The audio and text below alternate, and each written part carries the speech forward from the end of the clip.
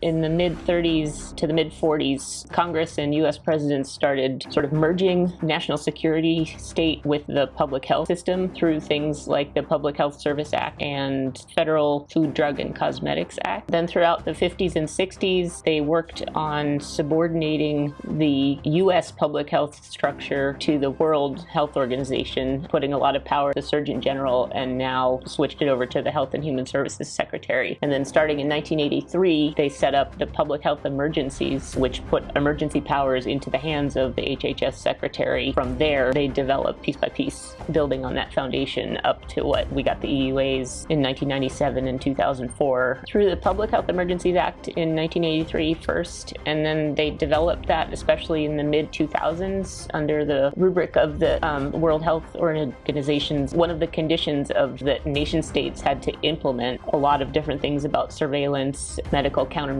things to manage public health emergencies once they were declared by the WHO. Those mid-2000s ones were things like the PrEP Act and Project BioShield. What they did was set up more surveillance quarantine power to apprehend and detain people. There's two different frameworks they can go under: emergency use authorization, investigational and new drugs. And those are two separate legal categories, but the phrases they attached to the EUA are known and potential benefit and known and potential risk. And if the HHS secretary says the known and potential risks and benefit mean that this should be given, then the individual has lost their right. The providers and everyone else will go by what the HHS secretary said, not by what the patient said or what the doctor said. On the investigational new drug side, phrase they started using is called minimal risk, or poses only a minimal risk. Both of those were specifically written to get around the idea that the individual patient, in consultation with his or her doctor, has the right to assess the risks and benefits themselves, and instead the HHS secretary can make a blanket decision for everyone in the country.